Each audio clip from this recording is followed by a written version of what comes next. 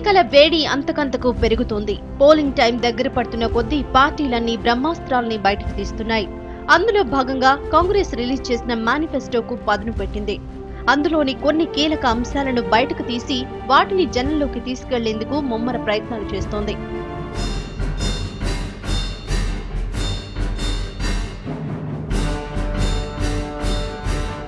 ఈ ఎన్నికల్లో భారీగా చేరిన యువ ఓటర్లు కీలకం కాబోతున్నారు. యూత్ ఓటర్ల టార్గెట్ గా మేనిఫెస్టోలో చెప్పిన అంశాలను ప్రచార అంశాలుగా మార్చుకుంది. నిరుద్యోగుల టార్గెట్ భారీ తాయిలాన్ని ప్రకటించింది.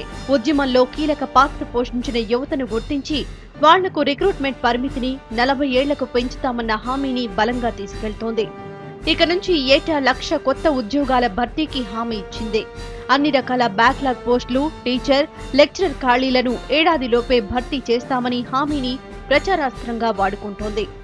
5 ఏళ్లలో ప్రతి జిల్లాకు 1,00,000 ప్రభుత్వ, ప్రైవేట్, స్వయం ఉపాధి రంగాల్లో ఉద్యోగాలు కల్పించేందుకు అవకాశాలు సృష్టిస్తామన్న హామీని ప్రకటించింది. వీటితో పాటు ఎస్సీ, ఎస్టీ, ఓబీసీ, మైనార్టీ పట్టభద్రులకు నిరుద్యోగ భృతి కింద ఒకేసారి 10,000 రూపాయలను ఇవ్వాలని నిర్ణయించింది.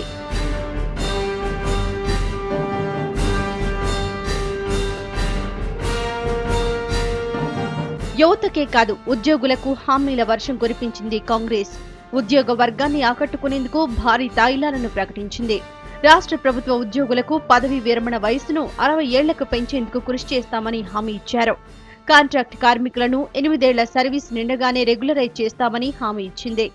ఇక సకల జనుల సమ్మె కాలంలో ఉద్యమంలో పాల్గొన్న ఉద్యోగులందరికీ వాటిని పని దినాలుగా గుర్తిస్తూ జీతాలు చెల్లిస్తామని ప్రామిస్ చేసింది.